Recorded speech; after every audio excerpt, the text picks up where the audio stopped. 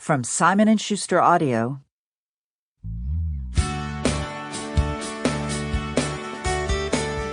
Harper Audio presents Back to the Bedroom by Janet Evanovich. Read by C.J. Critt.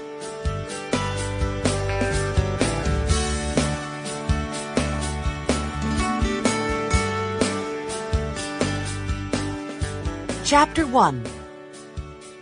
There were 7 row houses on the 400 block of A Street Northeast.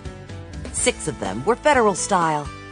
Narrow 3-story red brick buildings with long arched windows and flat roofs. Each had a small false front peak, imprinted with the date of construction.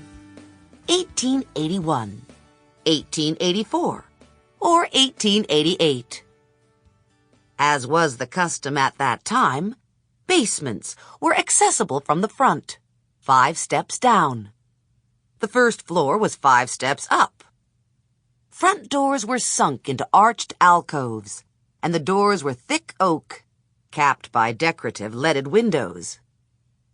Yards were small, minuscule actually, but packed with flowers, herbs, ivies, and stunted dogwood trees.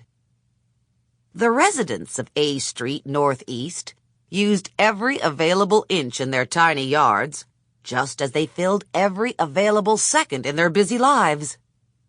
It was a carefully restored Capitol Hill neighborhood, with inflated Washington property values. And it was inhabited by ambitious professionals. The street wasn't so wide or so heavily traveled that it couldn't be crossed to say hello. Old-fashioned globed streetlights studded the narrow margin between curb and red brick sidewalk, casting circles of light on shiny BMWs, Jaguar sedans, Mini Coopers, and Saab 900s.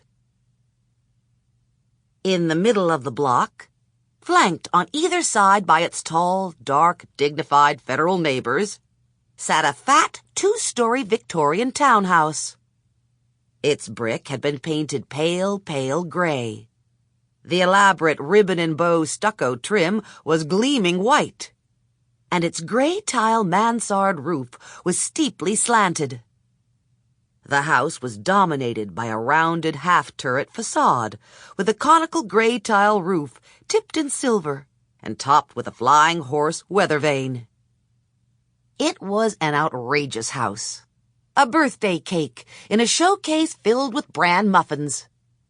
And it was inhabited by David Peter. Sample complete. Ready to continue?